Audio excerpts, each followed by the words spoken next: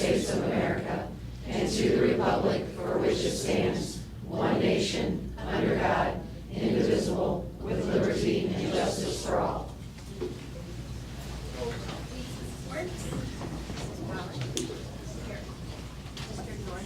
Here. Mr. Christopher? Here. Dr. Mary?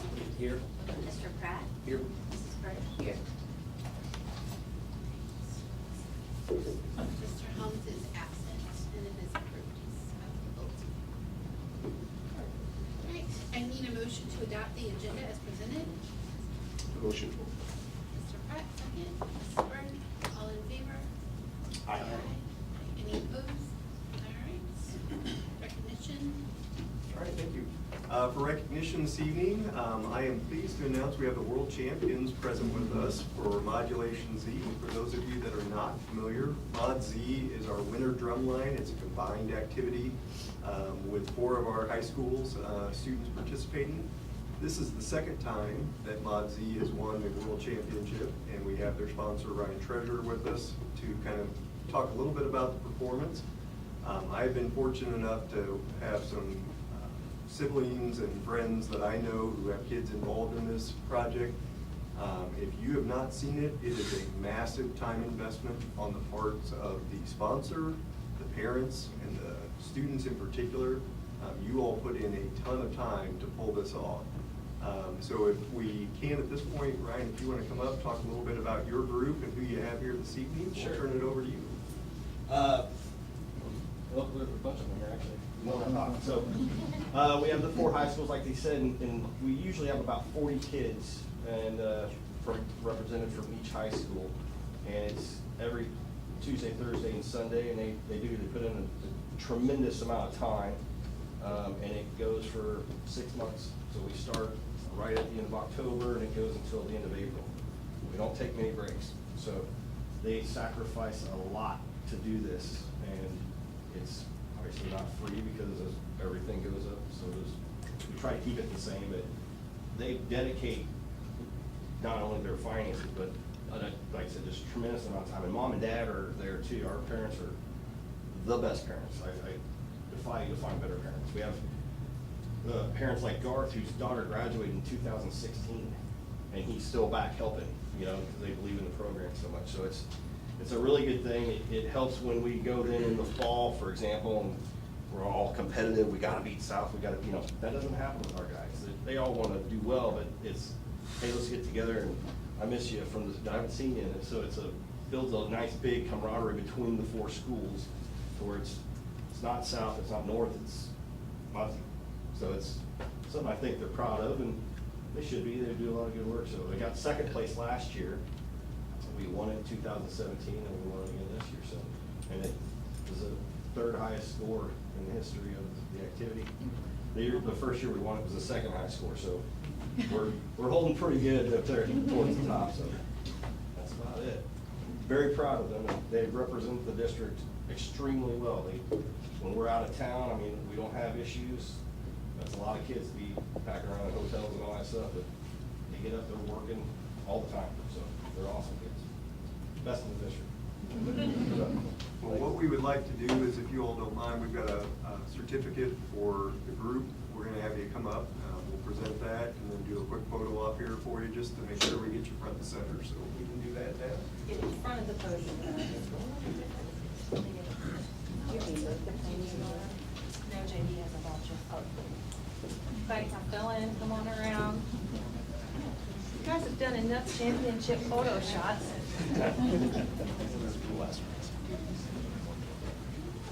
I need some more over here, guys. Come on around.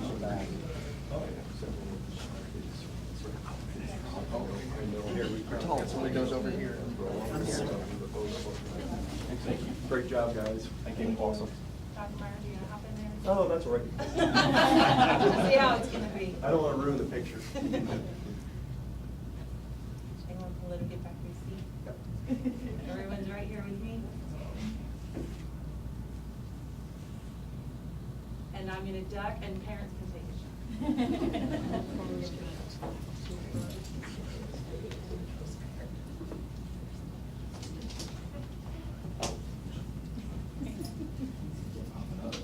I know. All right.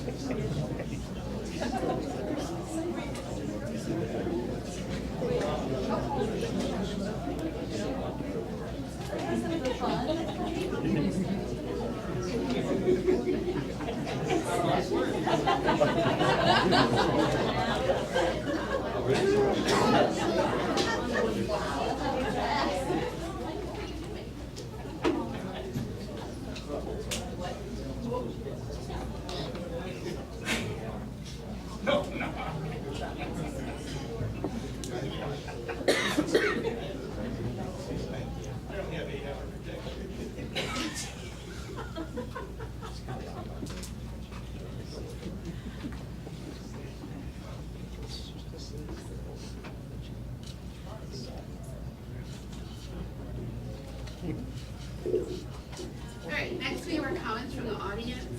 I will remind you to please keep it under 3 minutes.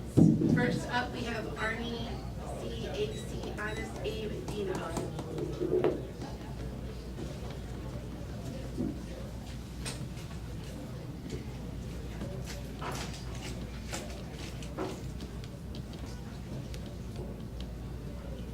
Thank you very much, members of the board. I thought you called me while the crowd was going out, so thanks for waiting a moment. My name is Arnie Acdinoff. I'm the district public advocate and also advocate in other governmental agencies. The first thing that I'd like to address is Chapter 610.020, the revised state statutes.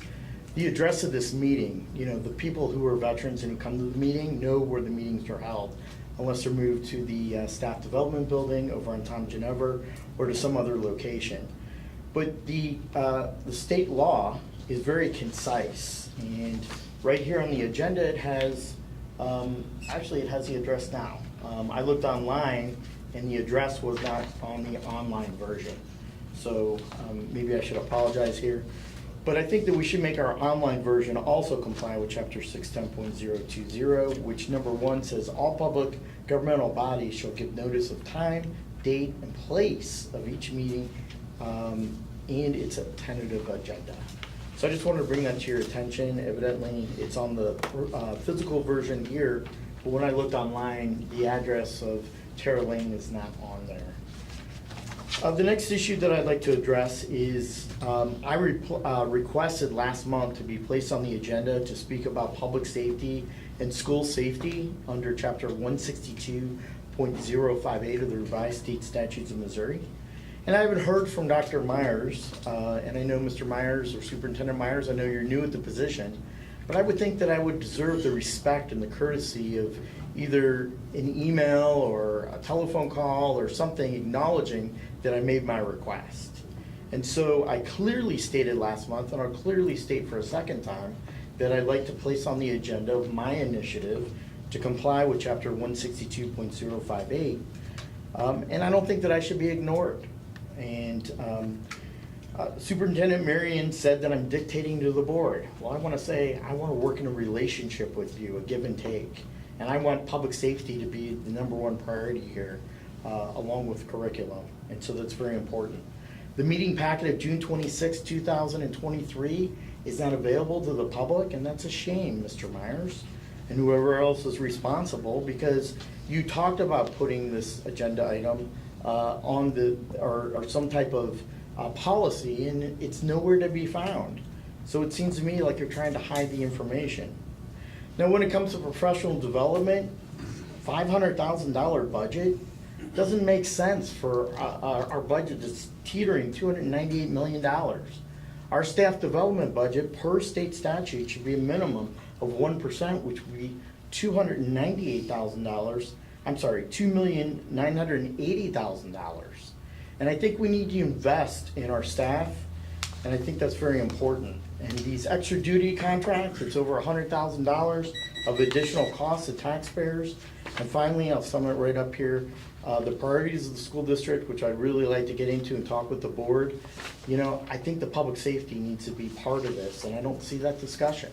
And I think that our children's safety and the community safety needs to be the priority. Thank you.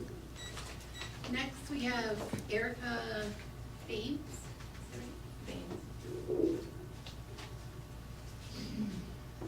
This is not my strong suit, so thank you for letting me speak. I just wanted to advocate for my daughter. She is 8 years old. She is going into 3rd grade, and it's been identified that she's well below benchmark of her reading test on the Acadians testing that they do. I know that there was a new literacy bill revised, the 1681662, that went into effect July 1st, and so I just wanted to advocate. I didn't see that on the agenda tonight, and I see you're setting your priorities for this next year, and I think this should be highly on the list. She's the 3rd child, so we've kind of thought, oh, it's the 3rd kid syndrome. You know, we have one in the high school, one in the middle school, and one in the elementary.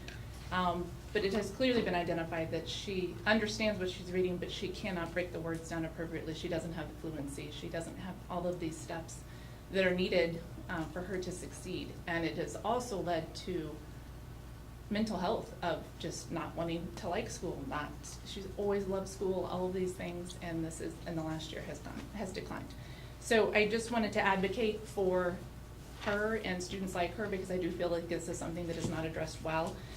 I believe that she has a language-based disorder, possibly dyslexia, which is very, very common. And it's to get her tested at the Purple Peg in Winsville, for example, because the school doesn't test, but she is going to get formally tested. I asked for testing myself, which was frustrating because she was very well below benchmark, and I felt like that should be something that the school should advocate for her as well. She'll be tested in the first month of school, so we'll see where that falls, but also the testing requires for like an IEP or something, but where she has to have so much of an IQ and her deficiency has to be here. She understands what she's reading, but there still has to be that stretch, and I feel like that is a struggle, and I feel like the expectations there of how we implement this plan is very tricky, and I think that it could be done better.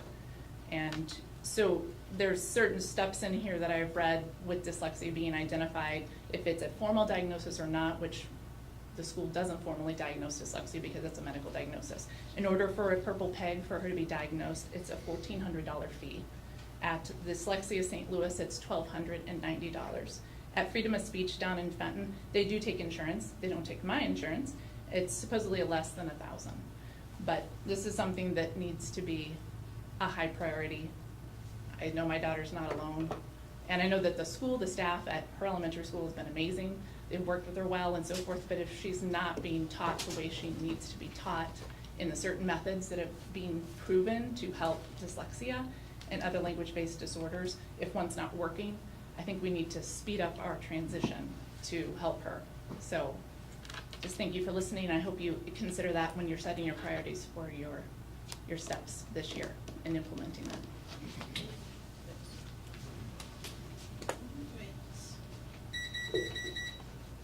Next, we have our consent agenda. I need a motion to approve what is presented in front of you.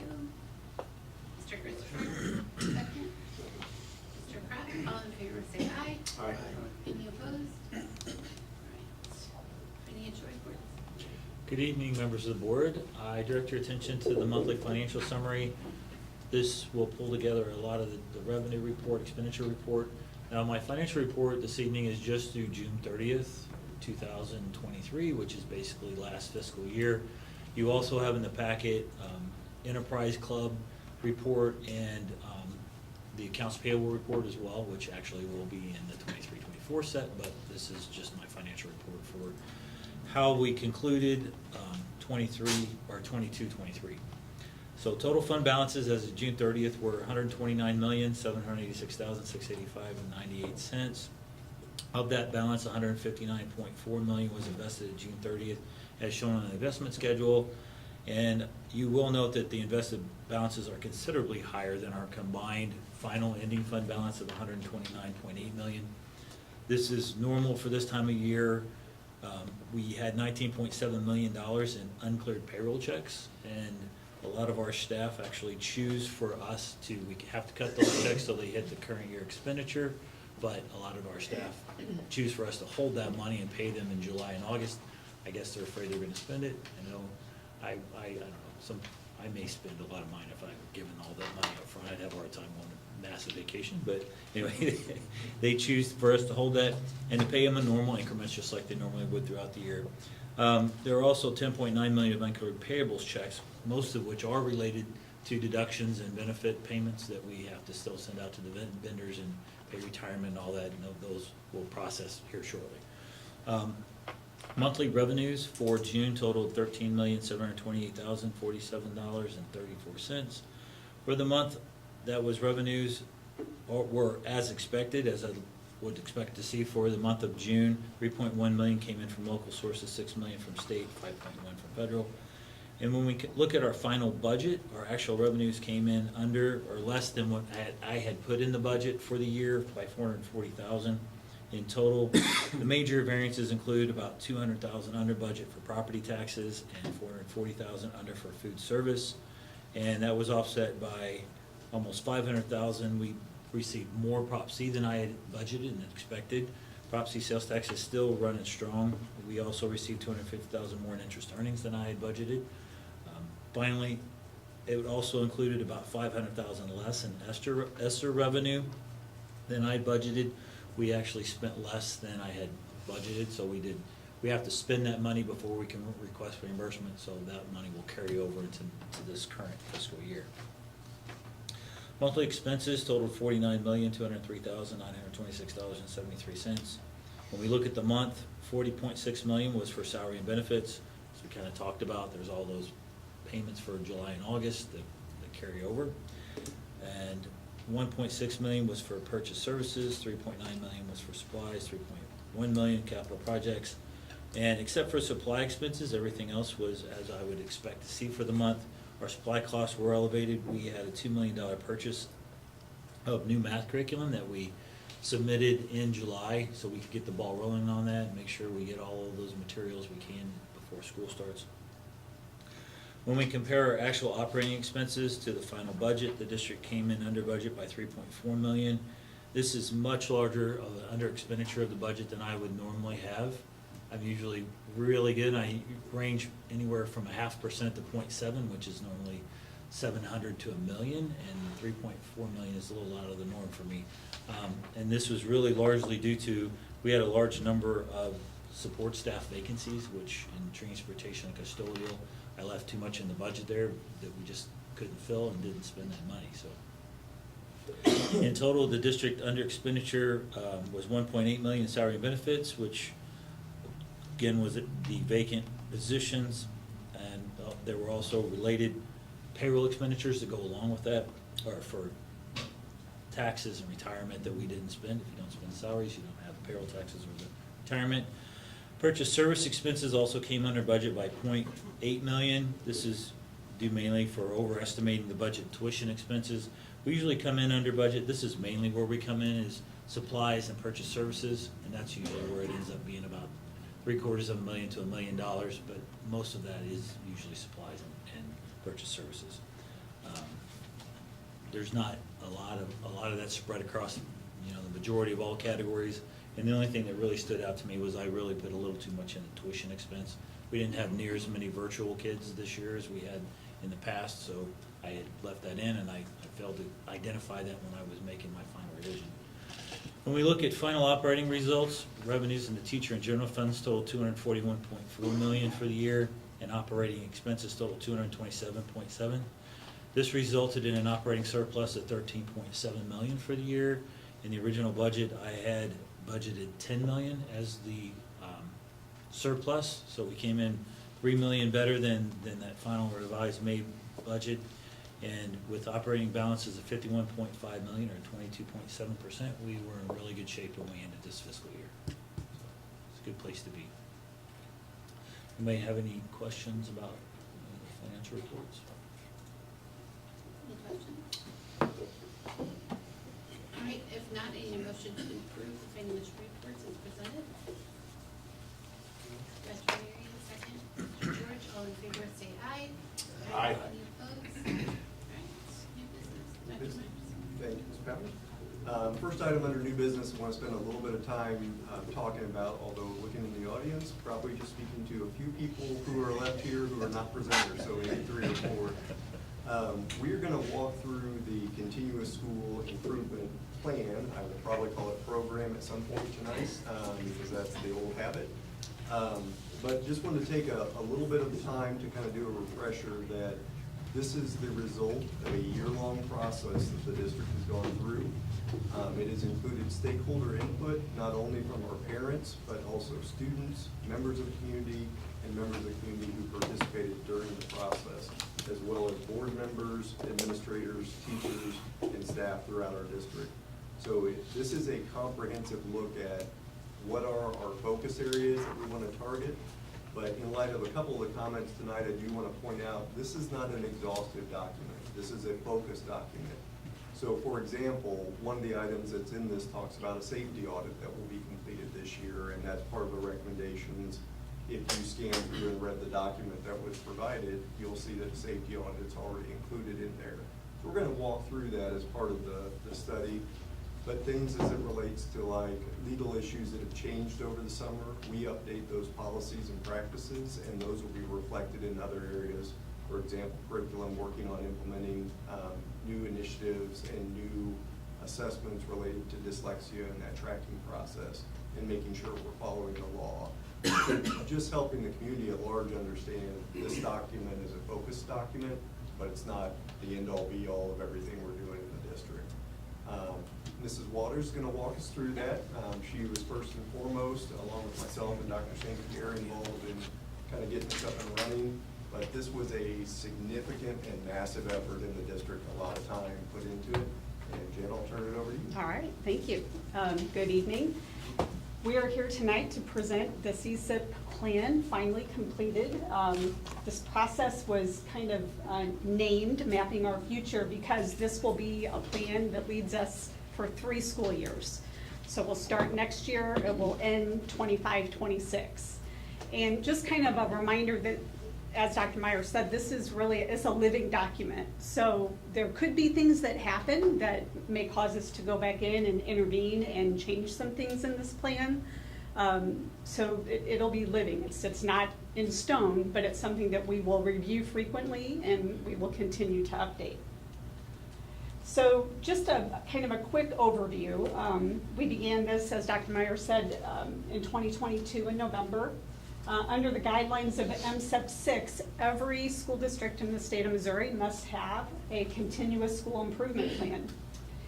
And when we started this discussion, we decided and we committed to this being a very exhaustive, comprehensive effort. So we included many people. We included staff, stakeholders, teachers, administrators, parents, community members, business owners, to engage in the development of this plan. We had 2 board members, Dr. Marion, Mrs. Powers also participated on our steering committee. That steering committee was composed of a large group of people, and really that was the first step in this process. So with the steering committee, we basically had 2 key initial actions. The first one was we updated our vision and mission statement. I'm pretty sure our mission statement probably had not been updated for quite some time. And so after a really long review and a discussion of what's important, we came up with educate, empower, and equip our students to excel. So you're going to see that a lot of places over the next 3 years. Along with that, we have a new vision for the district, and these were kind of the 4 tenets that the group came up with. Fort Zumwalt is a place that provides a safe, supportive, collaborative environment with a highly qualified, engaged, and committed staff. Fort Zumwalt is committed to fostering relationships with students, families, staff, and community. Fort Zumwalt values purposeful and intentional adaptive instruction and focuses on the whole child. And Fort Zumwalt values student voice and provides supports and opportunities in order for students to be future ready. So people felt really, really strongly that when students leave our school district, they need to be able and walk into the next phase, whatever that might be. That might be a job, that might be community college, it might be the military, it might be a four-year university, but our job is to get them ready. So with that, and after, as Dr. Myers mentioned, we had 3 community forums where we received feedback on the discussions with the steering committee as far as what we would focus on. We brought all of the feedback from the forums to the steering committee, and really these became the 5 areas of focus that everyone felt were important.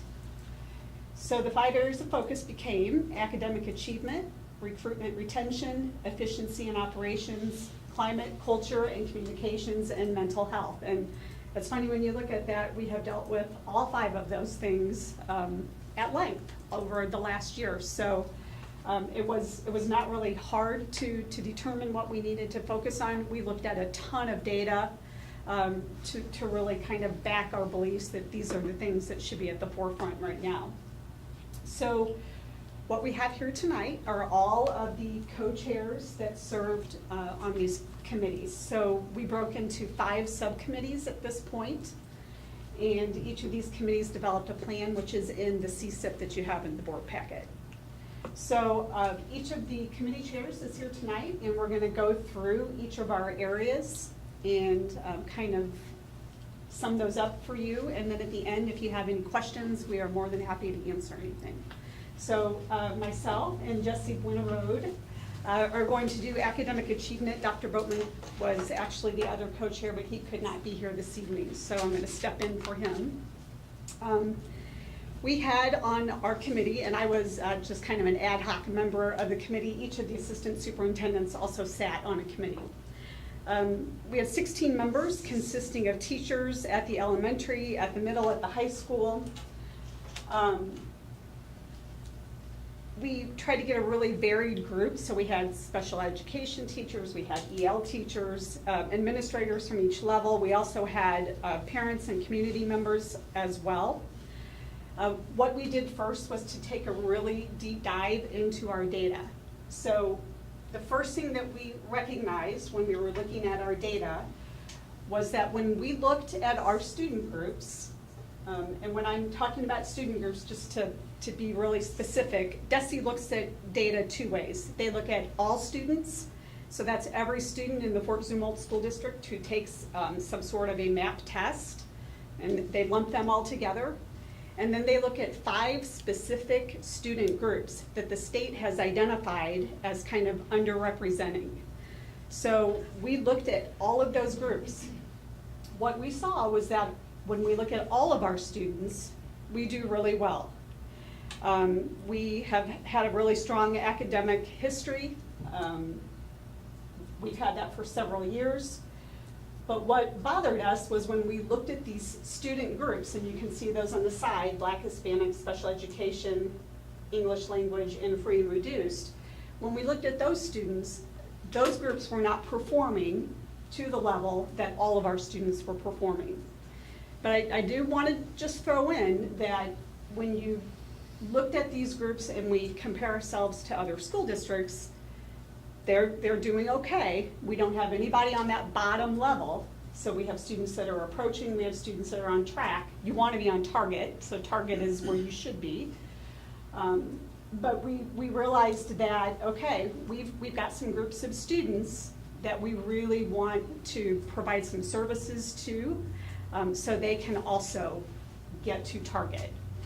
So that was the goal of this group, was that we know we have some groups that are not on target, that our goal by the end of the 25-26 school year will that all of our student groups will be on target. Just to point out also that we have a fleet of special education teachers. We have a fleet of regular ed teachers who are doing everything they know how to do to help grow students. So I don't want this to seem like it's somebody's fault or that it's a student's fault. But what we know is that what we can do is give them what they need, be that professional development or some systems of support in place to grow these students even more. So that will be the focus. And that will be over in the next 3 school years. So Dr. Winroad is going to share the academic achievement goal and the action steps that we will take over the next 3 school years.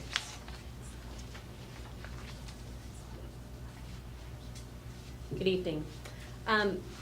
For the committee, we met 3 times, and as Jen said, there were 16 individuals that served on that committee, and we had a wide range of individuals and different stakeholders in order to really have rich discussions around the data that Jen has shared with you. With a focus on the new mission to educate, empower, and equip students to excel, the team really talked a lot about how many goals should we have, what should those goals look like, and we really determined that 1 goal was required in the area of academic achievement in order to continue to move forward.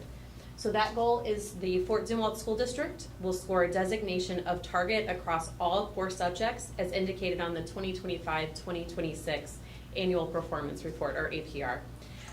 This goal will allow us to not only maintain our current academic achievement, but it will also challenge us to focus on specific student groups and students who are struggling and their academic outcomes as we continue to move forward. The team was able to establish 3 specific action steps that will guide us in achieving this goal. And again, these action steps, I'm going to review kind of what some of those first steps are and the overall purpose of them, but these will kind of change as Jen was discussing as we move through the plan.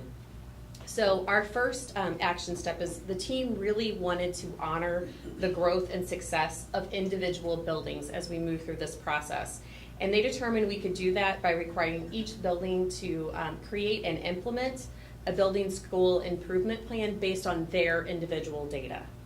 So building leaders will meet 3 times during the year in November, March, and June to review progress on their individual plan, discuss what's going well, what supports might be needed, etc.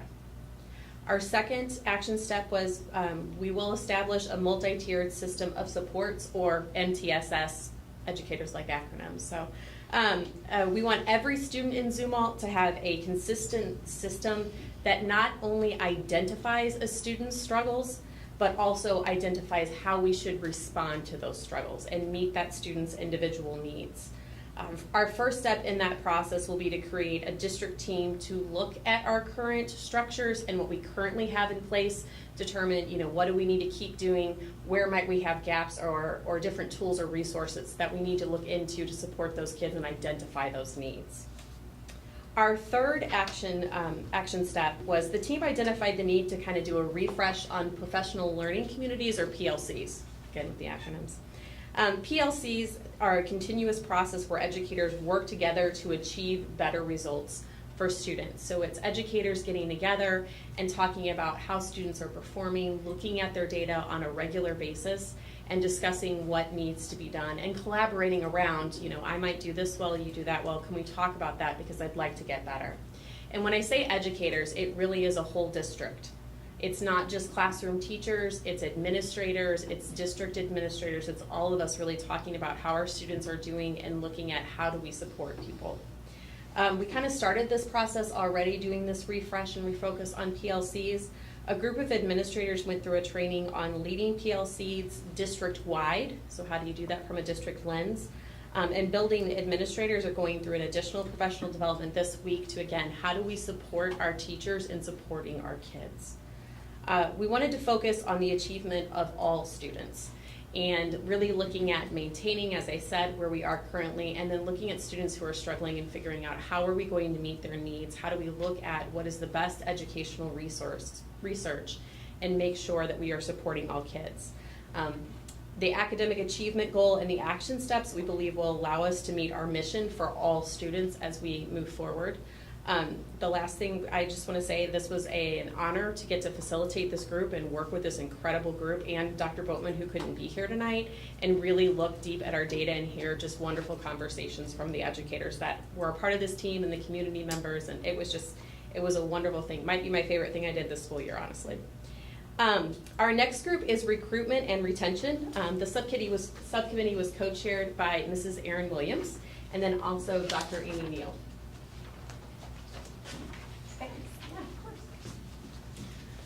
Hi, good evening.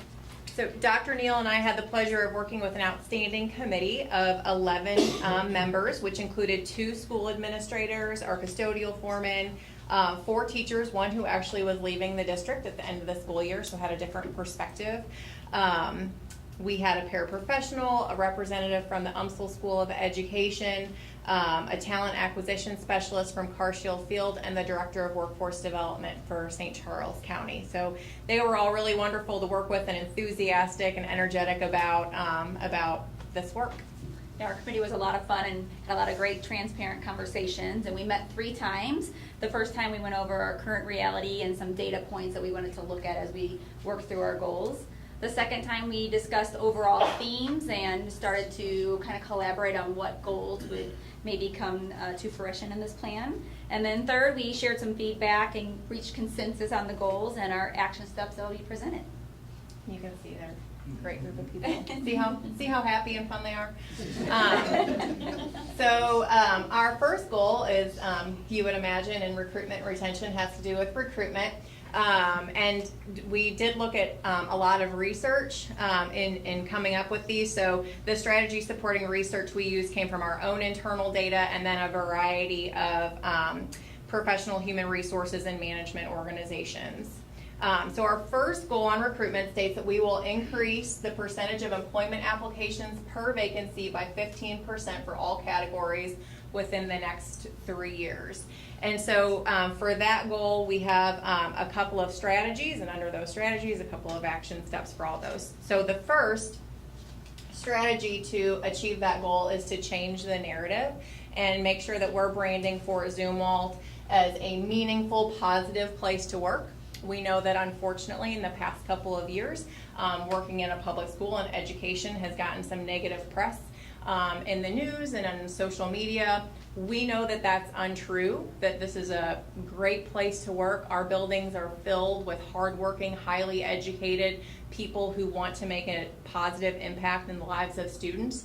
And so we really want to be able to showcase that. And so one of the things that we're going to be able to do is increase those marketing efforts around, all the positive aspects that we know are true of working in education. And then also revamp our candidate webpage so that we have testimonials from our staff talking about why they choose Fort Zumwalt. The next strategy would be to ease the process and develop an application process that is streamlined and accessible. So according to a study from AppCast, recruiters can boost conversion rates by reducing the length of the application process to 5 minutes or so. And so we went through our application and just kind of found some things that we could do to make it a little bit easier.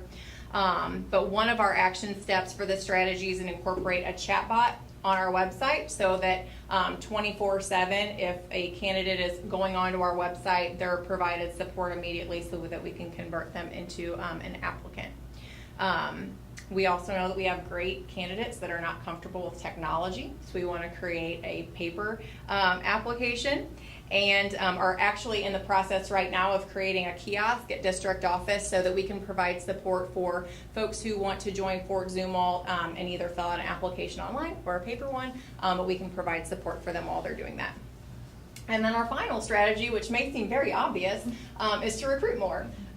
So we want to build on the current recruitment processes that we have to reach our connections to candidates. So currently, we attend approximately 20 career fairs, either at colleges and universities or different community job fairs.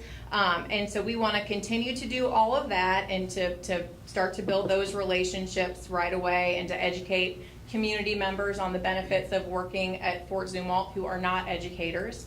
So for one of the action steps for the last few years, we've hosted our own internal career fair for certified folks, and we've really geared that towards senior education students. We want to create invitations for those kiddos starting their freshman year so that we can start to foster those relationships right off the bat.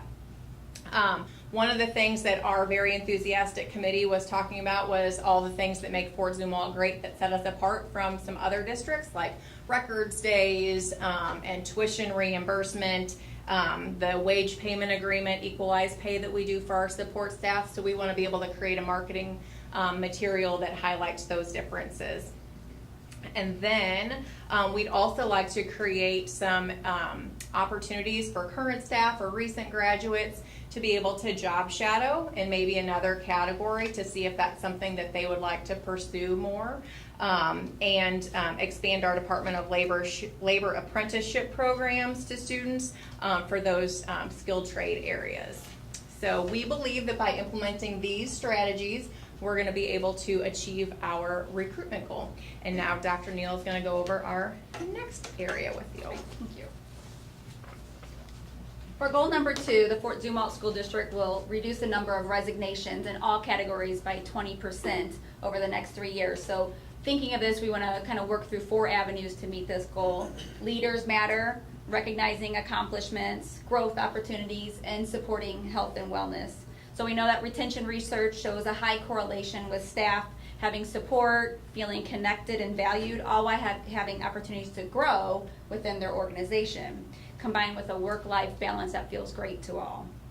So to meet our goals, Fort Zumwalt leaders will have additional opportunities to collaborate, share ideas, connect with one another, and support each other as a full leadership team here in the district, as well as attend rich professional development outside of the district to bring back some of that innovativeness and fresh ideas as we move forward.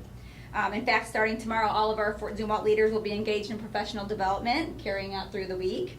We're also going to update our administrator leadership training for all new administrators to Fort Zumwalt within their first year and beyond.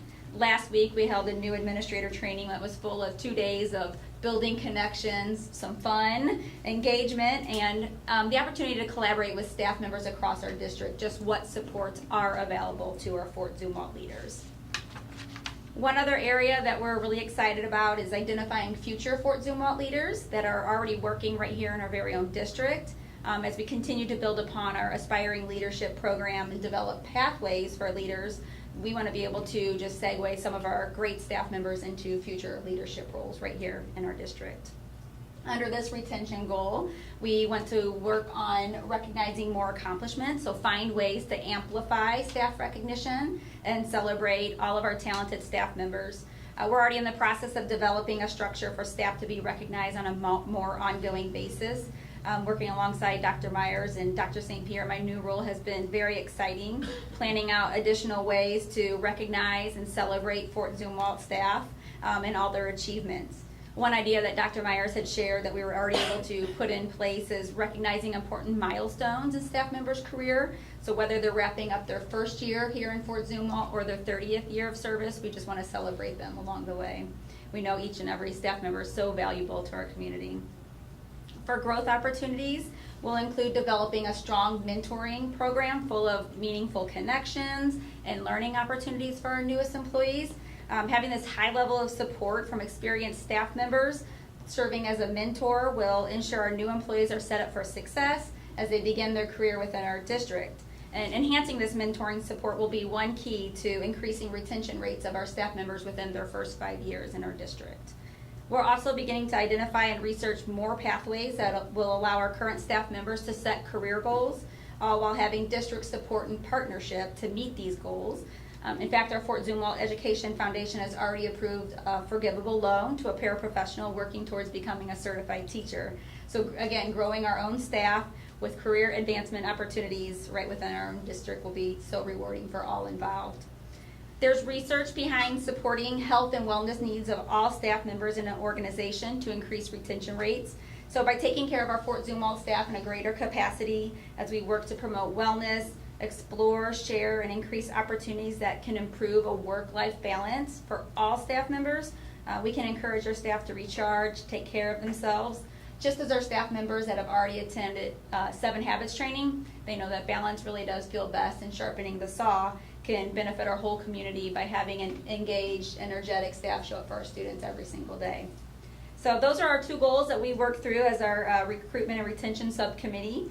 We're very excited about the opportunity to support Fort Zumwalt as a whole and exceed our retention and recruitment goals moving ahead. So next up, we'll have Mr. J.B. Meddy and Mrs. Jackie Hottleman for the Efficiency and Operations Subcommittee. Thank you all. With efficiency and operations is a super exciting committee. We're going to dig in. No, we really wanted to take the operations of the district and review what it is that we do. How can we perform better?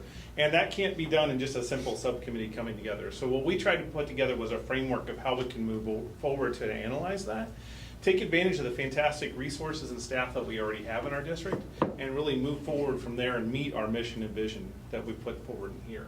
So to help us do that, we had a number of building administrators, directors, and community partners that have experience in working with efficiency reviews and audits and those kind of things, and try to come up with a plan moving forward. So with that in mind, our first goal was, as a district, identify and audit 3 areas of district operations that could result in increased district resources in at least one of the 3 following areas: available funding, time, or quality outcomes over the course of the next 3 years. And we talked about it'd be great if we could accomplish all of it, but in 3 years' time, to try and review everything that we do as a district, there's just no way that we can accomplish all of it. So we want to try and focus on just a few key things, identify areas each year that we can work with departments that we have already in place, and try to improve what we can. And the first part of that is build on the strengths that we have. I mean, we have a lot here to work with, and we can build on top of that. Evaluate what we have, and that's really the biggest thing, is evaluate what we have. We need to document the procedures that we have in place. We have a lot of policies, but we don't document every single thing that we do, and it's obviously not realistic to document everything, but we have to start somewhere, because we can't evaluate how we're moving forward if we don't know where we started from. So our big key here is to evaluate what we're currently doing to be able to move forward from there. Streamline the procedures that we have by identifying and auditing targeted procedures, and then freeing up resources where we can. So we want to take advantage of hardware and software that we already use in district, the physical assets that we own, and take a good look at the building resources and the staff that we have available to us, and fully take advantage of all those that we have in front of us. All right, good evening. It's been an honor to work on this committee and to really look at the data that we have and understand our current reality to make these decisions moving forward and to propose these goals. The second goal, focusing more on the safety and auditing and looking at our current reality and the safety practices to help understand, where we need to go, where we need to build and develop.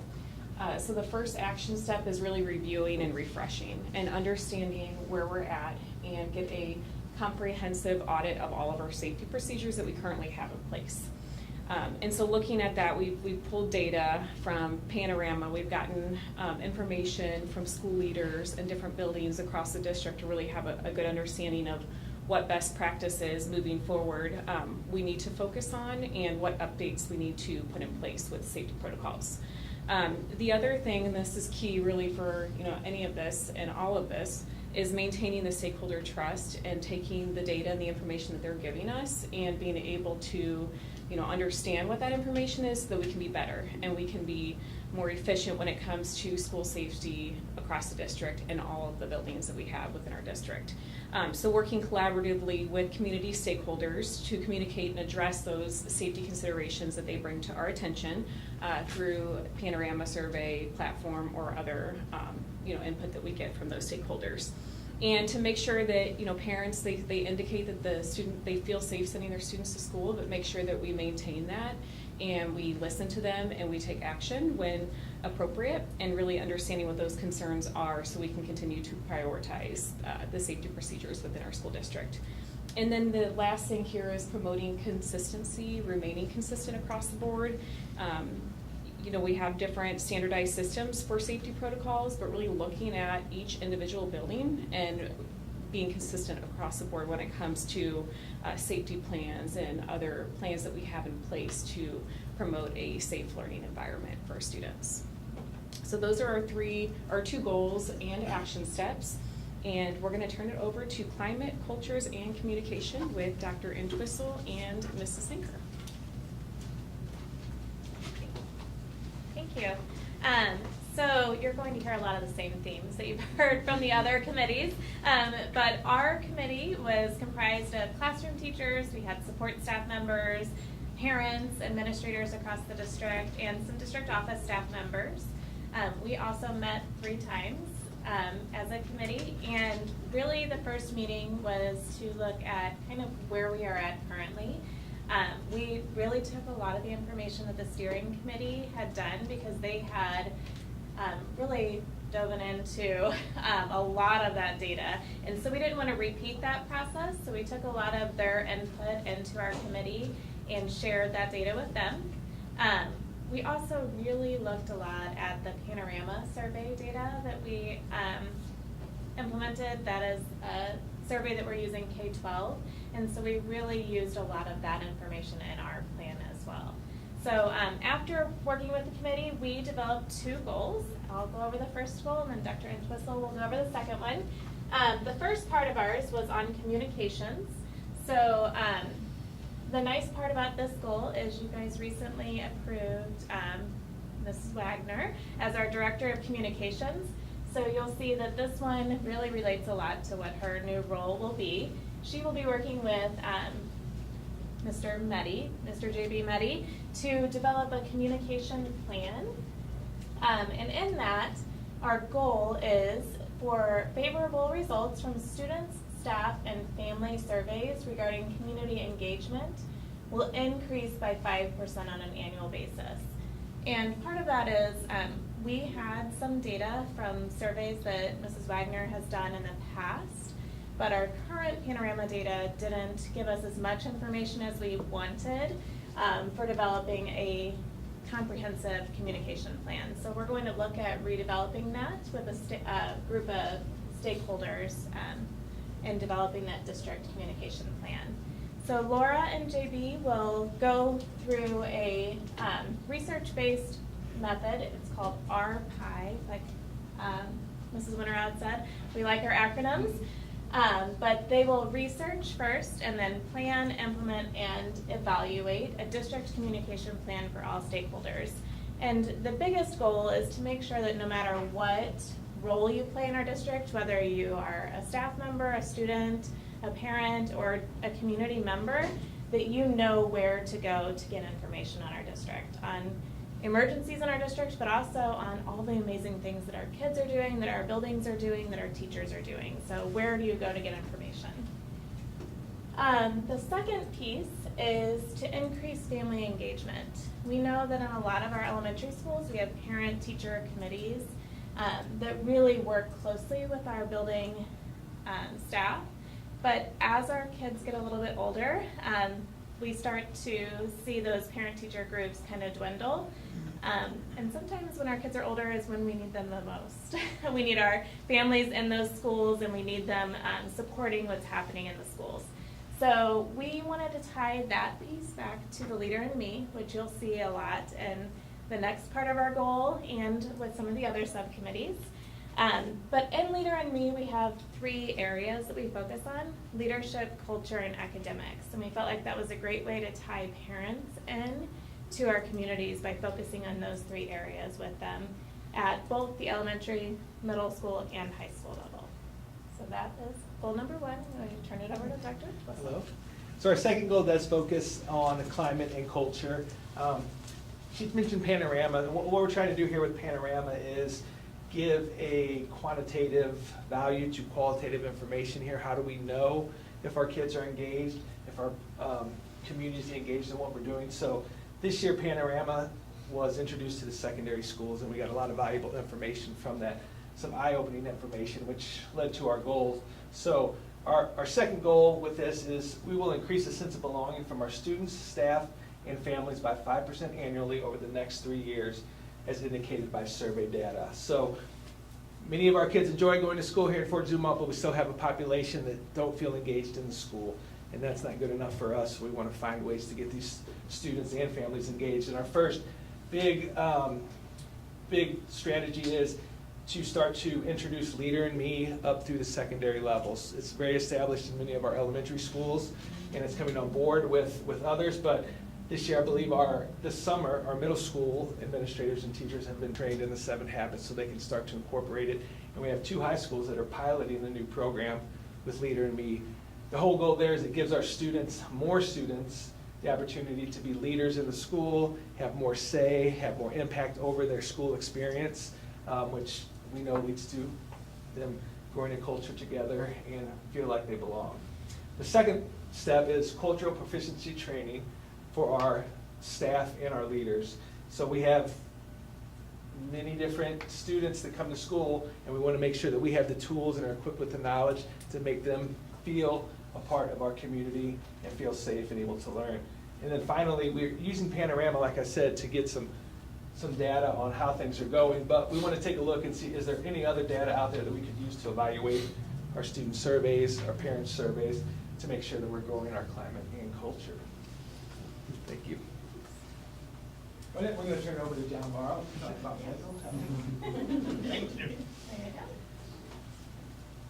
Good evening. I have the privilege of reporting for the mental health team. My partner who helped support the team, Melissa Tichy, who's the coordinator of social emotional support, she was unable to be here tonight, so I'm hopefully going to represent her well.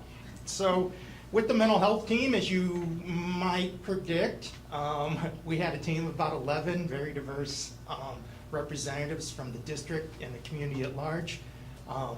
The steering committee did a great job of laying out a path for us, because we also had those 3 meetings where we looked at the data related to our area, found strengths and then areas of needs, prioritized those areas, developed a goal, and then talked about strategies to address that. So it's my pleasure to present that tonight. So for us, we have 2 big areas, and so with mental health, the big issue is just post-pandemic especially, there's just been an ongoing rise in terms of what we've been hearing about social, emotional, and mental health needs, especially with our kids, but not just our kids. And so when we started looking at the data and we started to prioritize a place, we thought that it was important for us to start at the foundation because the number of kids that seem to be needing extra help, we just don't have the resources, nor would we ever be able to generate the resources to address that large need. And so we need to start thinking about our mental health from the very beginning in terms of how are we supporting all students. And as you'll see in the strategy, that does include more intense interventions. As you guys are well aware, the district continues to hire and bring on board and train more mental health professionals to address that need. But as Paul mentioned earlier, is a place to focus, a place to maybe go upstream a bit and see if we can do a better job at the prevention and early intervention phases so that we have less kids in crisis down the road. So with that thinking and looking at the data we had, there were a couple of areas that stood out in terms of being higher needs for our students in grades 3 through 12. And that was the area of, one was self-efficacy. So just their feeling confident that they can do what they need to do. And the other and related area was growth mindset. What growth mindset is the belief that you have control to change those things that are going to allow you to be successful in school and life. And so as our team talked about the logic with those 2 things, they settled on growth mindset as kind of being that more foundational belief and attitude in order to persevere and push through struggles of, learning in life are struggles, and that's how we advance. So with that in mind, our goal is positive growth mindset ratings for students in grades 3 through 12 increase from a district average of 59% to 70% by the end of the 2027 school year. So what the team noticed in analyzing the data was that there was a discrepancy, there was a difference that they felt was significant enough to pull out between elementary and secondary students. Wasn't much of a difference at all between middle school and high school kids. And so we pulled out 2 objectives. So for elementary, it's to move from 65 to 75%. And for secondary, we're going to monitor that growth from 53 to 64% during that time. So how are we going to do that? That's some big work. But I feel like we've come full circle. The way this is presented feels a little bit linear. But as you guys probably have already noticed, it's very interconnected, and these things are very interdependent with each other. So going back to that and aligning it with some of the work you saw before, the multi-tiered system support. So this is basically how are we developing a system of prevention and early intervention for all of our students, and thinking about that from a whole child perspective. So it's not just the behavior, it's not the academics, but recognizing the complexity of that interaction between those things. And so Leader in Me is the other thing that we're doing. And Leader in Me is, the more I learn about it, though, it's really fascinating. It's actually a school improvement framework, which is really cool because it touches on leadership, which are basically the social emotional learning skills that we all need to be successful. It includes the community, I'm on the word, culture, and it also includes academic success. So thinking very whole child about how we're improving all those areas. So it's not like we're not talking about compromising. It's not this or that, but it's like and how are we bringing all those things up? So on goal 2, in looking at the data, the other area that stood out to the team were teachers' sense of being able to reach and teach all kids. And so as we looked at that information, that became our second goal. So what we want is teachers to rate positively their ability to teach all types of students. That'll increase from 66 to 76% by 2027. Once again, we see multi-tiered system support, Leader in Me, and also referencing back to the academics, the professional learning community. So this really is job-embedded development for teachers where they work as a team to research. It really is, it's an action research model. They think about why this is happening, they make instructional things, they reflect on the data, and they make changes based on that. Highly effective practice when it's done well. And it will also help address the teacher's sense of self-efficacy in terms of reaching all kids. They're going to have more confidence in what they're doing because they're going to have the feedback to make those adjustments along the way. All right. Thank you for the time. I'm going to turn it back over to Jen. Thank you. Okay, so those are the 5 areas that we want to focus on. So just some next steps. Because I think we've got to be practical about how we go about this. First thing will be for building principals to start writing those school improvement plans. And again, that's based on their building, their data, what their needs are. But all of those plans have to be aligned to these goals as well. Okay, so that's going to be really important. Our group will be presenting to you a minimum of 4 times a year on updates to this plan and updates to the goals.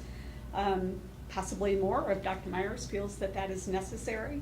And we will review this plan annually. So like I said, this is going to be a living document, something that will guide us for the next 3 years. But part of that, looking at the data process, there's a part called threats. And sometimes things get thrown at us that we don't expect. And so there could have to be some updates to this plan.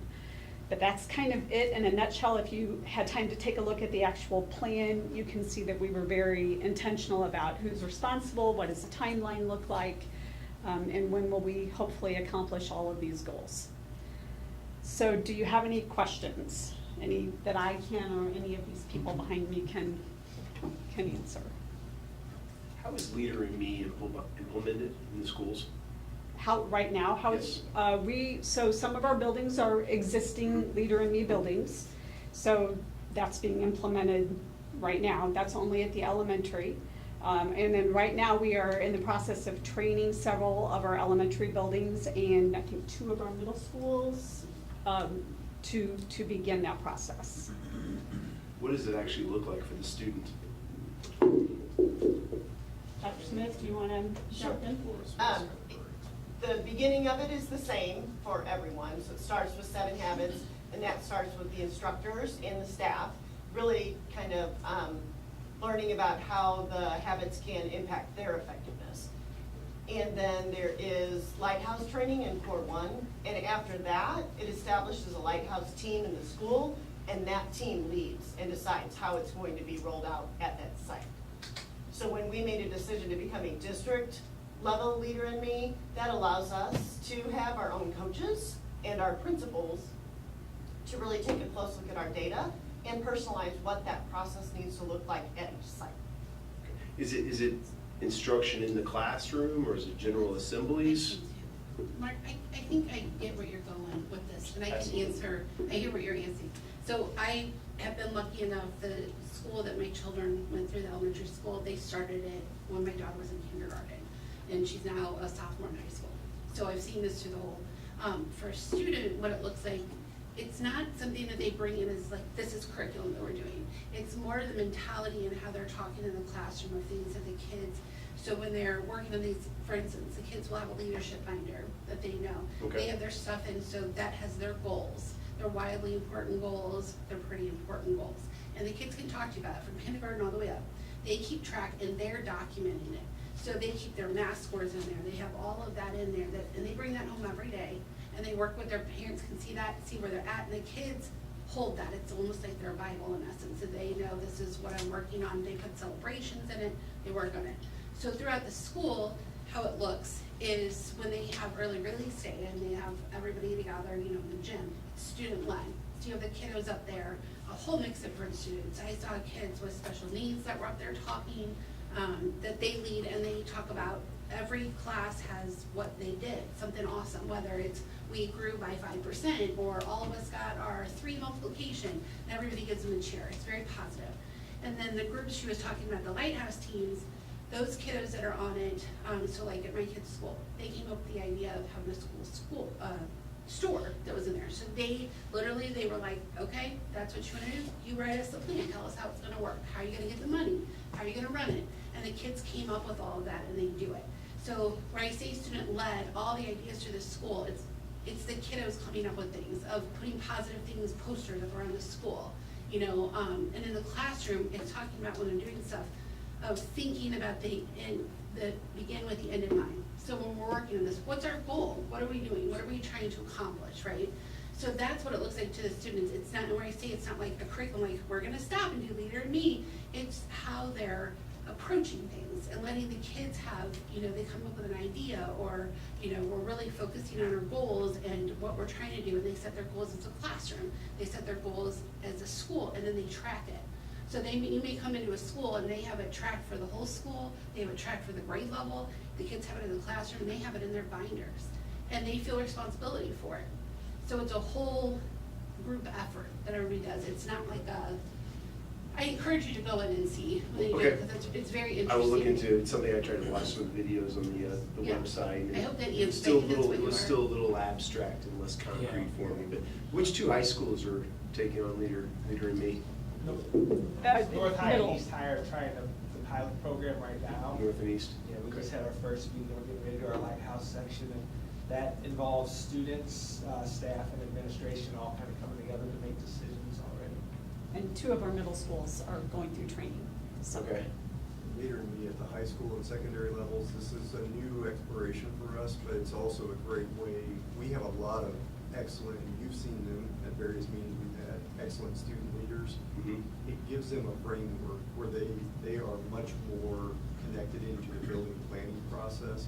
And at the high school level, that's one thing that we're excited to see how it unfolds, because it ties right into student voice.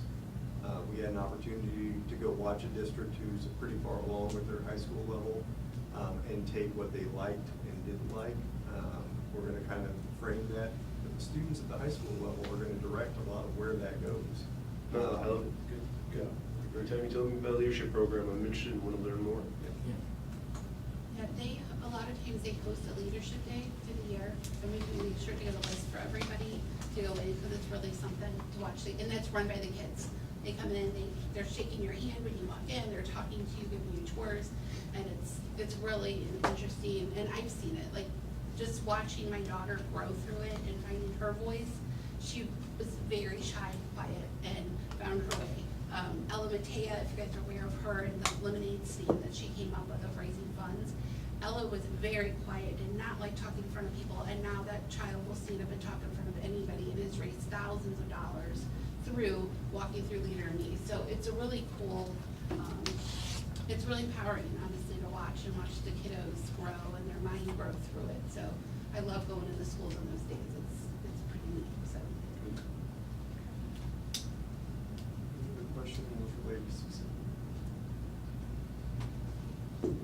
I just wanted to say thank you. I did go through and read all the boxes of just incredible work, going through, having this all outlined for 3 years, who's gonna do what, when, where, who's accountable. Fantastic work, thank you so much for putting all this together. And if I can just add on to that, these people sitting back here, this was a heavy, heavy lift. And they did all of this work on top of their jobs that they were trying to do every day. So thank you to all of you as well.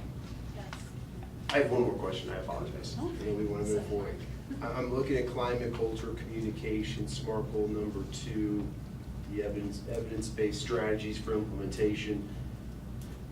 What is research-based cultural training? I mean, how is that defined and how is that implemented? As far as the cultural proficiency training, Well, Research base. we're going to increase our sense of belonging for the students, staff, and families by 5%, and one of the implementation steps is research-based cultural training. So one aspect that you look at with this, and this is one of the reasons that Leader in Me is so appealing, is that Leader in Me within it has core instruction for students that is research-based, meaning they have gone through systematic studies about what are the issues that are of importance, but also doing that, and this is one of the discussions to call it what it is in the meeting here. This is a tricky area for school districts right now, and one of the things that we really focus on is that Leader in Me is an established practice within our district that has a component that deals with that, that we're comfortable with, that we've experienced and seen before. So research-based in this particular dynamic as it relates to Leader in Me, that would be one element of it. An area outside of that, as you get into like professional development training for your staff, would be looking at and bringing in opportunities for presenters who have a strong research basis on effectiveness.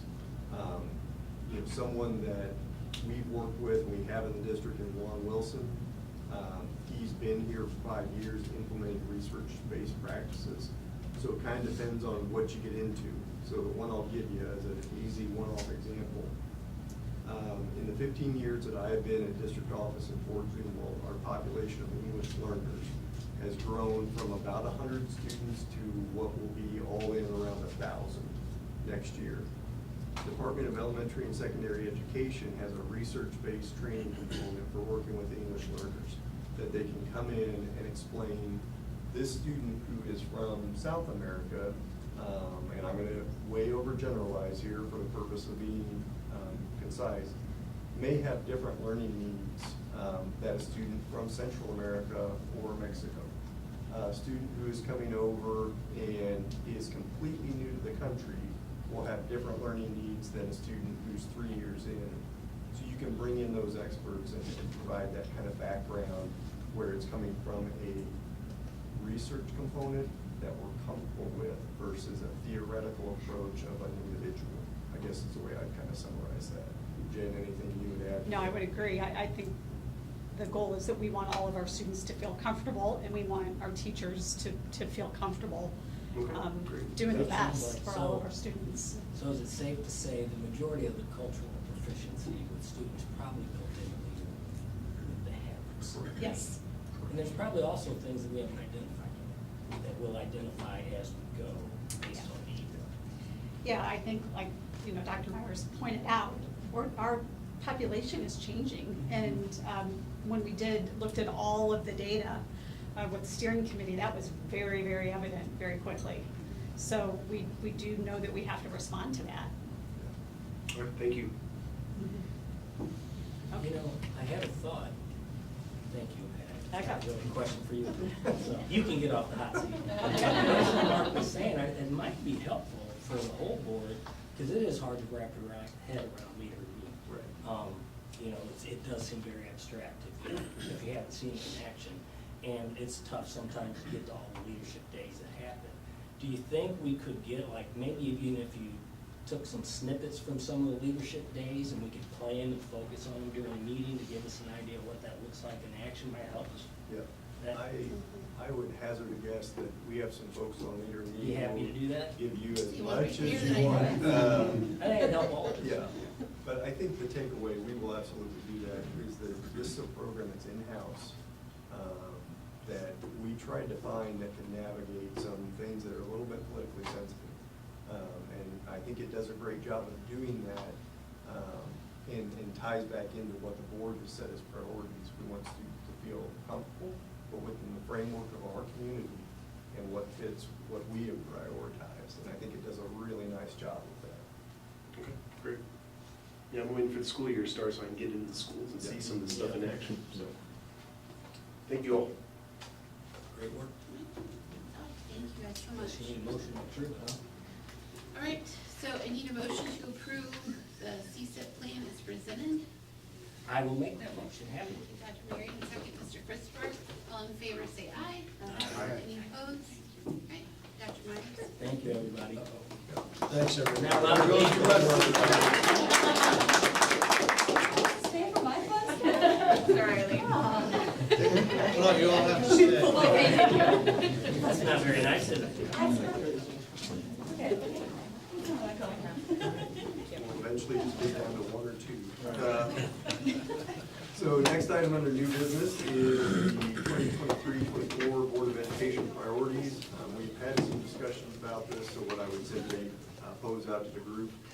You reviewed the drafts at our previous meeting. We have discussed that it makes every bit of sense that given what we just reviewed and the time involved, that board priorities tailored to match those SMART goals would be a good initiative. So what I would recommend is adopting the board priorities as presented, but I would also open that up for any additional discussion.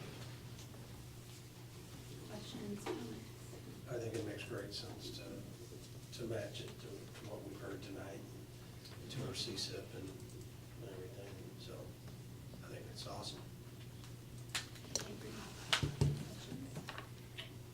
All right, if not, I need a motion to approve the priorities for the 2023-24 school year as presented. Mr. Christopher, second. Mr. Pratt, all in favor say aye. Aye. Any opposed? All right. Okay, thank you.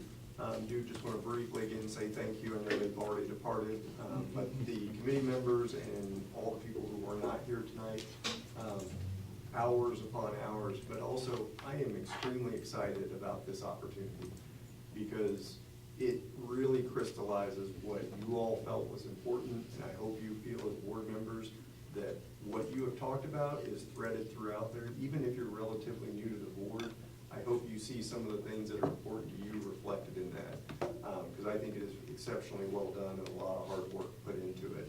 And we'll keep tweaking it as new things come up, but we'll go from there. So next item for new business is also me. It's establishing the 23-24 Board of Education meeting dates.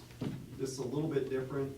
What we looked at doing this year and some feedback from the board is we know we have meetings year after year that are shifted because of various holidays, so we just wanted to go ahead and put them out as one cohesive list. This is when they're gonna fall. The only wild card in here is the April board meeting in relation to unofficial election results, but we think we've addressed that. And we just ask your approval for the Board of Education meeting dates for the year.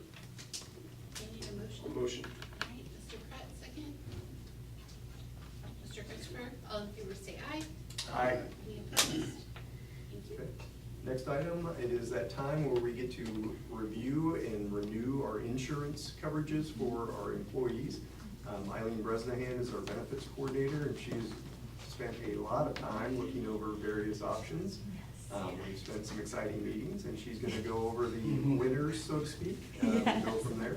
And Eileen, we'll turn it over to you. Good evening, everyone. Thank you so much. In the board packet, you guys will have a memo from me, and we'll kind of go through each one. There are some that need board action to be approved and everything, but we'll kind of take it one at a time. So we, earlier in April, we sat down with Aetna to kind of review how our benefits are curving and how they're trending and everything this year for our staff. So as a refresher, our medical plan is a self-funded insurance plan.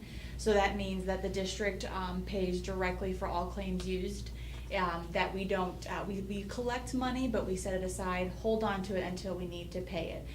in hopes that we get to save money instead of just paying the fully insured rates and everything that Aetna would provide. So we rent at Aetna's network technically, and our staff utilize that, and then we are directly billed for claims and everything. So with that being self-funded, there are two kind of administrative fees that we have to pay. We have, so the admin fee and the stop-loss fee are the two different fees that the district pays towards Aetna to use their network and everything.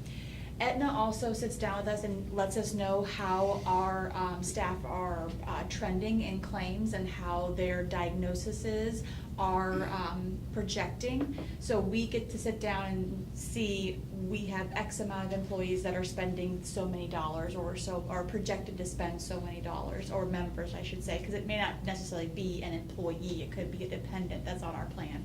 But Aetna gives us an idea of if you were still fully insured, this is what we would recommend for you to set aside to be able to kind of be conservative and have money set aside to pay any claims that you could foresee coming. So with the current rates that we have, the district pays $730 a month for every employee, benefit eligible employee that are on our medical plan. The spouse, children, and family tiers, those are directly paid by our employees 100%. The district does not supplement any of that premium for our staff. So in the coming year, with the trends and everything and what we are projected to spend, we are going to do a slight increase to the medical from $730 to $750 for our employees. So every employee per month, the district pays for that. The district pays our retirement on that as well, so that we'll have a slight increase to those. But the $20 is not too bad in this day and age with how rates are increasing across the board. So we did then tier down the spouse, child, and family to kind of mimic that same increase. Unfortunately, we are still supplementing our dependents that are on our medical plan. So while they do pay a hefty amount to be on the plan, unfortunately the dependents are using quite a lot in premium, in claims and everything. So we're having to spend a little bit more than what we actually are collecting. So we had to increase their amounts as well. So if I could maybe I guess have the approval for the rates to be as presented. So the first one. Sorry, the first one. Yes, sorry. Okay. So I need a motion to approve the Aetna experience refund option for the 23-24 plan. Is that, just clarify, is that correct? That's, no, sorry, there was rates, I'm sorry, I apologize. The very first bulleted, the rates as presented, the very first one, the rates for the employees. So you need approval for Aetna choice. Rates, yes, for the Aetna choice. So let's do this. I need a motion for the Aetna rates for the 23-24 school year. Mr. George, second. Dr. Marion, all in favor say aye. Aye. Any opposed? We got a lot with Aetna, so sorry. So Aetna, the administration fee, we are in our third year with that, so there's no changes or anything to the fee. This is the renting of the network fee, the pharmacy renewal fee, things like that for us to be able to rent it, and it's a $14.49 fee per employee per month fee. So there's no change in that, but that also helps to cover like our teledoc, so our employees have the ability to call teledoc. It also covers like our diabetes choice management care, which we've seen a really good turnaround in our employees and our members, our dependents, with their diabetes management. This program has really been helpful to get test strips and get our staff on point to get their A1Cs lowered, which has really helped our staff overall. And it helps I guess the morale of our staff that they have this benefit available to. That's all part of our insurance. So there's no change with this, the admin fee, but the stop loss fee, that one is negotiated every year with Aetna. So employees that spend over a certain dollar amount, there's what's called a stop loss. It comes in and it helps to protect the district. So if we have an employee or a member on our plan who is spending a lot in claims, maybe they are diagnosed with cancer, so they're going through chemo, they're going through treatments, Once they hit 350,000 for the entire year, the district is done paying, and Aetna steps in and pays the rest of their bills for the rest of that year. We typically tend to have about 3 members a year hit this stop loss. That's very common for a district our size or a population our size that's on our plan.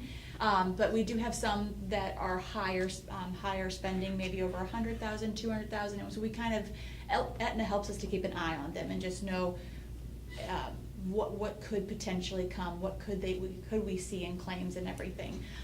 It's all anonymously though too. We don't know who or what or anything. Just know that we have an employee or a member, that's going through this. So the stop loss though, this year Aetna came to us and asked us if we wanted to try their experience refund option. And this is an option where the premium for the per member per month, we had an increase coming anyway, but we can potentially recoup some of that premium that we are paying out. If our experience is lower than what Aetna expects it to be, if we have, so a good year per se in claim spend, then we will get some of that fund back to us. So that is what we're going to give it a shot. We would like to, if it's not committed, we just commit for the 1 year, and if it doesn't pan out, we can step out of it next year, and there's no penalty, there's nothing behind that. So it would request an approval for that. So I need a motion to approve the Aetna stop loss fee. Motion? Mr. Pratt, second. Mr. Christopher, all in favor say aye. Aye. Moving on to ZoomCare. So ZoomCare, we are still within a 5-year agreement with ZoomCare. My little baby ZoomCare, it's 5 years old, going to kindergarten this year. No, ZoomCare has been a really great benefit for our staff. Other school districts have also clinics. They also have different ways to do this, but nobody is quite like Fort Zumwalt still, which is really great. We still kind of hold that niche that it's just for our employees. We don't share it with other districts. We don't share it with other companies. So the per member per month fee is contracted to go up from $13.08 to $13.21.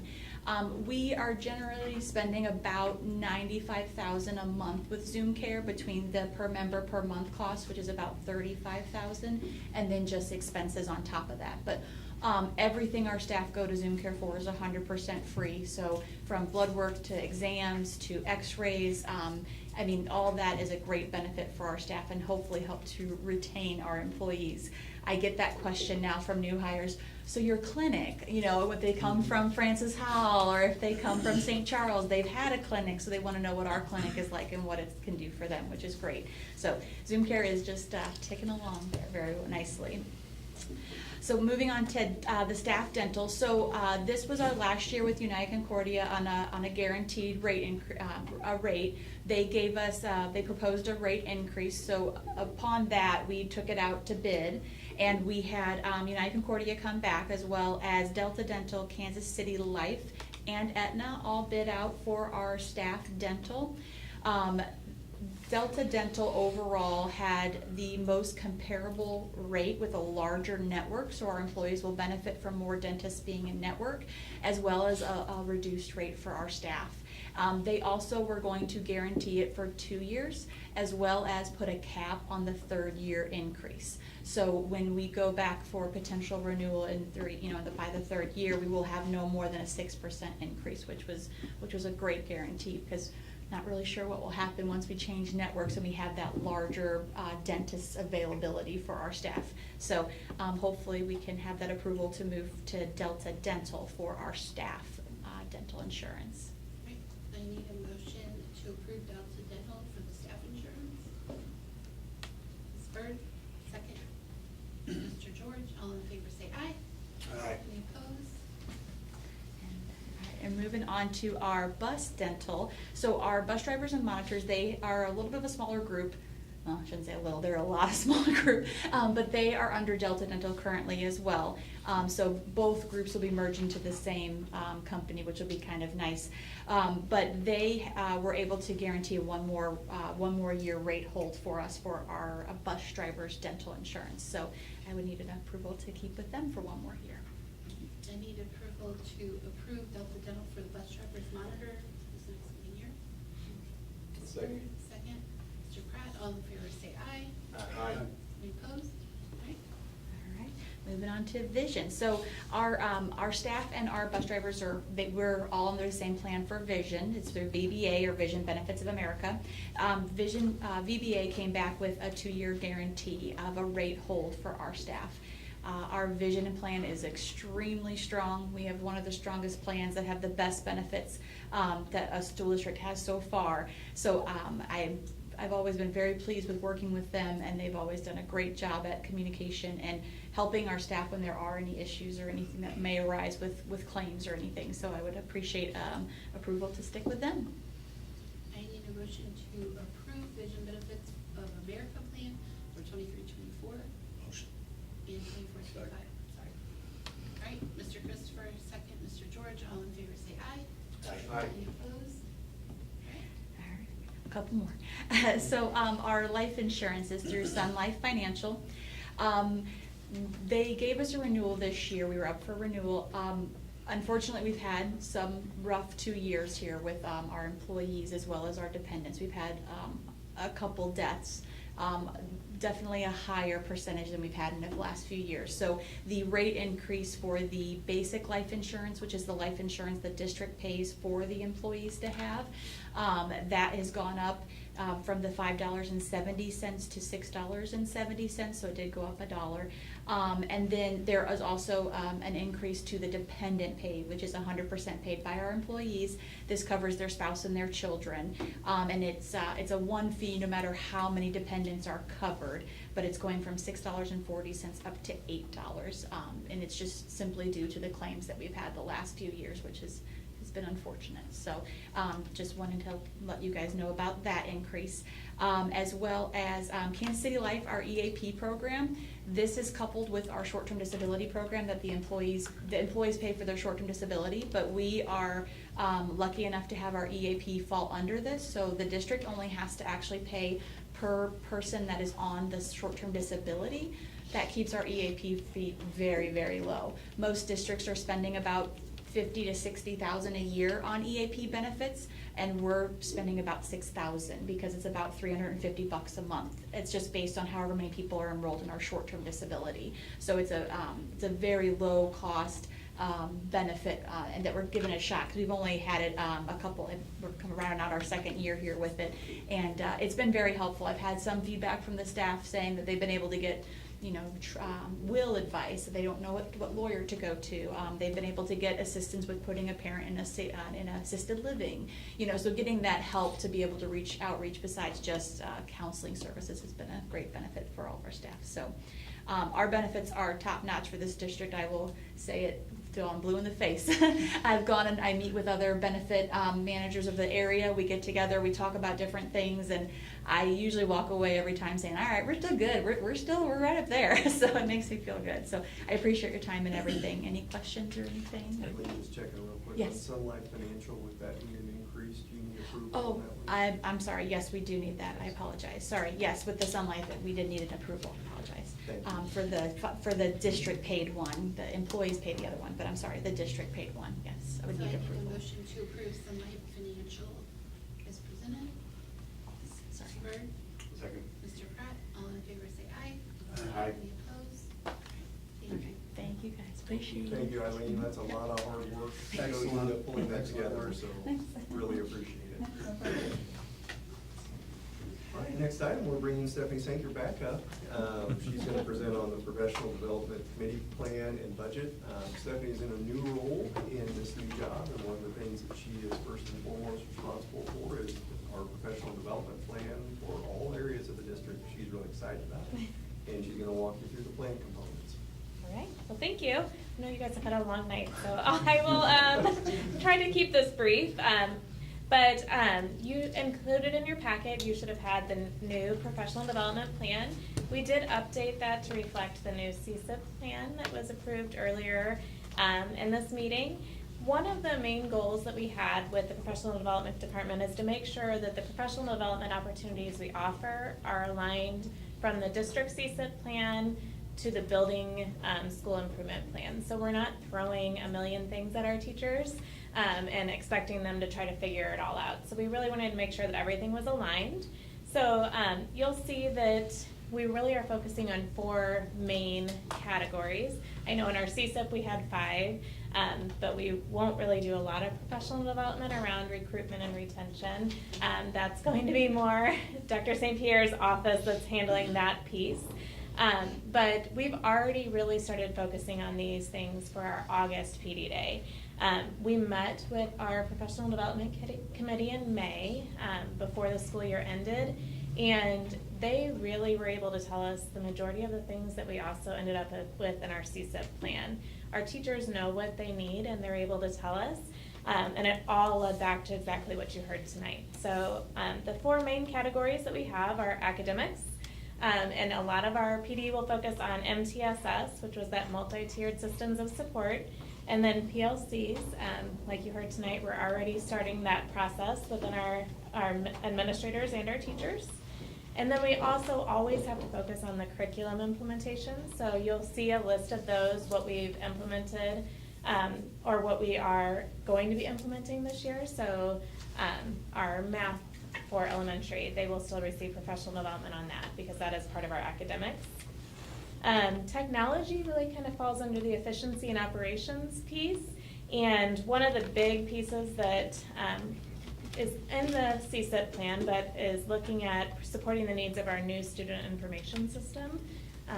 We know that SIS will eventually be going away, so we will have to support our teachers in that area. Another one is social emotional learning.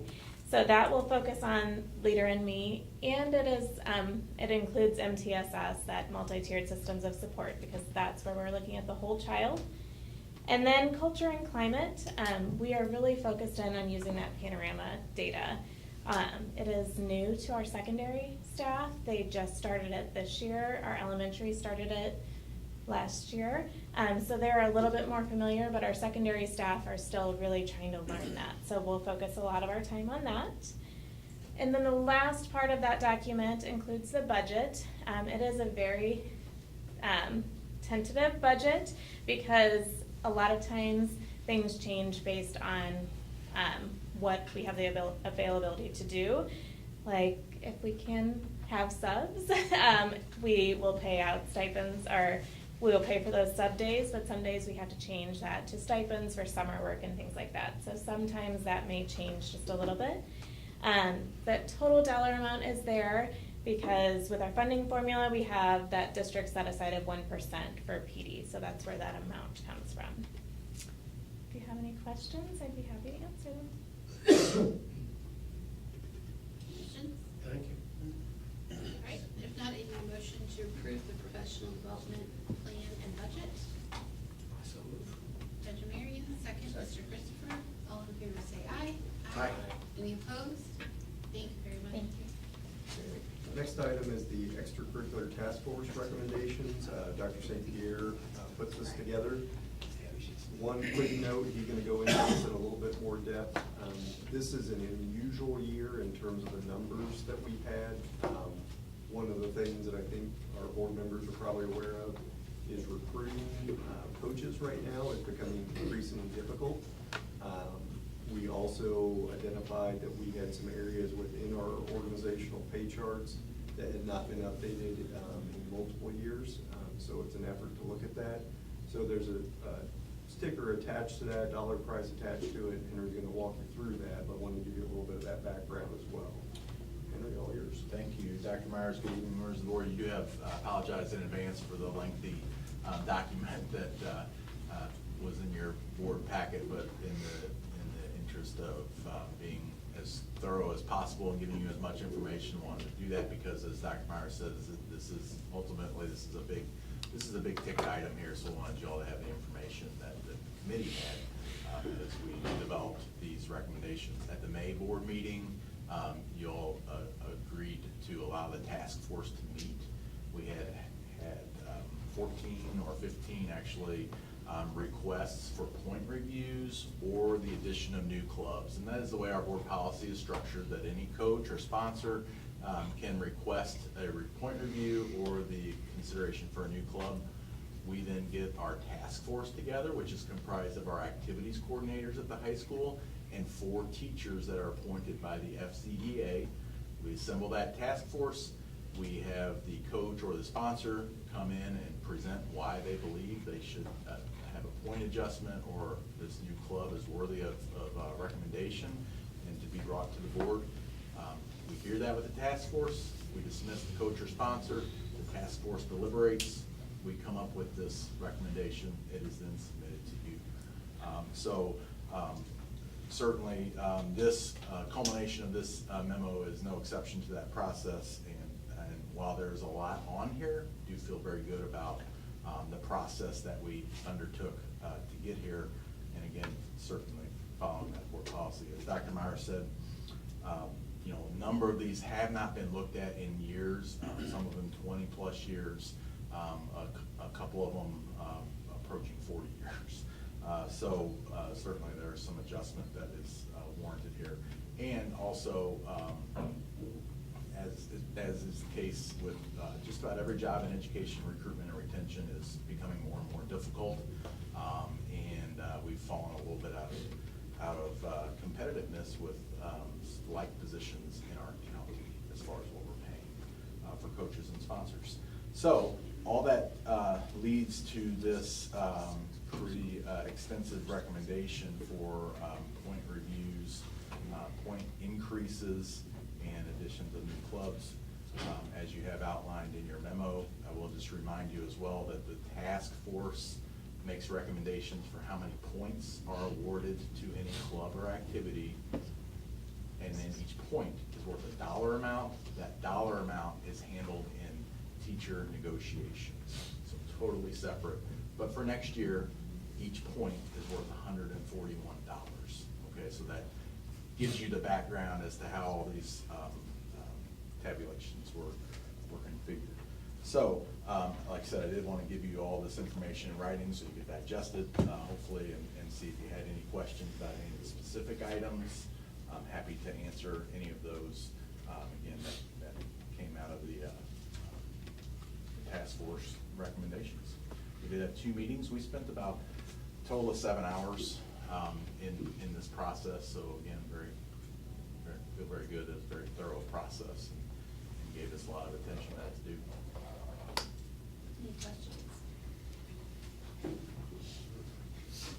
Great. If not, I need a motion to approve the extracurricular task force recommendations as presented. Mr. Christopher, second. Mr. George, all in favor say aye. Aye. Any opposed? All right, thank you. Last item, we are up for our annual renewal of our SRO agreement with St. Peter's and O'Fallon. We'll be bringing the O'Fallon agreement for you to review in August. St. Peter's has submitted theirs with approval by their city council. As you can see in summary of that memo, in essence, what we are authorizing or requesting authorization is our portion of the 3 SROs that cover South High, East High, and DeBray Middle School. Their officers are covered for us by law enforcement, in this case St. Peter's. There's not a fee associated with that. And we just ask your approval to renew that agreement so we have our SROs in place for the school year. Any questions regarding St. Peter's SROs? If not, I need a motion to approve the partnership agreement as presented. All motion. Mr. Pratt, second. Ms. Burke, all in favor say aye. Aye. Any opposed? All right.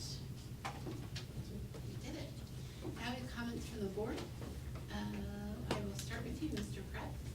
Sure. I want to thank everyone that came out here today presenting on the CSIP plan. Especially the folks at State. Yes, we got a couple people sit here. But yeah, I know a lot of time and effort went into those steering committees and putting the CSIP together, and I wanted to say thank you, and I certainly also wanted to say congratulations to our world champions, the called Modified Z competitors, is that correct? Yeah. So, yeah, that's awesome. It's amazing, amazing. I also wanted to congratulate Mod Z. Hopefully they get to see this. That's incredible. I love, love, love that all 4 of our high schools come together and create that. I think it really shows when you pull together and work towards something like that, you can do absolutely incredible things. Also great work on everyone that worked on that continuous improvement plan. Just absolutely incredible, so detailed. I loved the, how that really made the setting the priorities rather easy with all those SMART goals. Absolutely perfect. And I know that touched a lot on a lot of the comments that we're hearing. And hopefully, we can have the opportunity to sit down and really get into how that's gonna work, or just see it play out and be successful, ideally. Can't wait to see Leader in Me spread as well, after seeing that in the elementary school. It really is a nice program. There are lots of books around it as well. And that's it. Thank you. Dr. Mary. Thank you. Yeah, I reiterate everything they've said, obviously, the Mod Z, the CSIP, all the things that you've seen tonight. It's very exciting to hear. I appreciate, I can't remember your name, I'm sorry. Erica Baines. Thank you, Ms. Baines. I appreciate your comments, and I hope you heard a lot of what you're asking for in the plans we heard tonight. I think I did. Now we just got to make sure we implement them, so I appreciate you coming up and talking. I think I owe Arnie Dienhoff an apology, because I think I was a little flippant last month. I think I got lured into nobody being here and got a little flippant, and I know I made some remarks that he felt mischaracterized his request for an agenda item. And I do respect the comments, so I don't want to ever look like I'm disrespecting that, and I think I failed in that attempt. So when I screw up, I like to own it, so I hope you accept my apology, Arnie. I will do better. So, otherwise, thanks for everything everybody does. Mr. George? Yeah, the agenda tonight, there was a lot of hard work that went into each section here. And I just want to thank everybody for their hard work and reiterate that, yes, thanks for getting up and speaking about your passions. We hear you, and hopefully we hit the mark on some of the things we need to do. Mr. Christopher? Yeah, just echo all the thoughts. I think one of the best things about all these people that work so hard getting to present this, everybody gets to see it. And hopefully people out in the community and everything realize that, I think they already know the teachers work hard and then they take papers home or they coach or do this, but there's so many other things that they do beyond that. And I think being able to present this and show the hard work and the positive things that we're trying to do, I just like to, I like the fact that the public can see that and hear it. So thank you. Thank you. I definitely agree. This is one of the things since being on the board that I am most excited about. This is stuff that we have talked about for years and years, and ideas that we've said, we need this is the direction we need to go, and it's happening, and it is absolutely thrilling. I know we all feel the same, but those were some of the most fulfilling meetings I was in, that I worked on with people, because everybody had the same mission, and everybody wants to get to where we need to be. Thank you very much for coming up and talking. My children are also dyslexic. And I can tell you, it's extremely frustrating as a parent. It's very hard, and you feel like your hands are tied. But what I have learned is the passion of the teachers that we have and the training. It's something that I've stayed on top of personally since I've been on the board, because it is very important to me. And I know it's always also something important to Mrs. Waters, who oversees all the curriculum. We have a lot of really great programs that we're working on, the teachers have been training, that we've piloted, that we've worked with kids on, that it's just gonna keep growing, that is tied in with all of this. So I wanted to give you that. And also, please feel free to email me if you have questions, because there's, like I said, I feel like sometimes the school district's hands are tied on certain things because they pass laws and then they don't tell you exactly what to do, but you have to do certain things, and there's only so much we can do. Like, we can't diagnose a child, obviously, but then there's where do you go, right?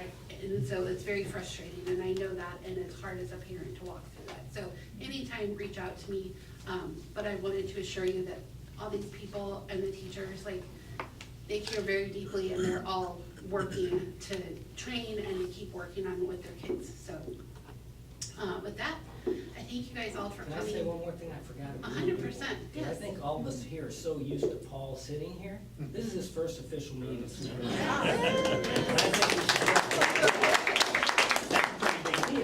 And Jamie is the secretary of this. I can say that I have great confidence in your leadership, and I look forward to working with this team as we move forward. So can't believe we forgot to recognize that. I appreciate it. I have great confidence in Jamie's leadership as well. No, thank you very much. All right, with that, if nobody else has anything, I need a motion to adjourn from open session. We don't have closed sessions. Motion to adjourn. All right. Second. Second, Mr. Pratt. All right. Thank you all.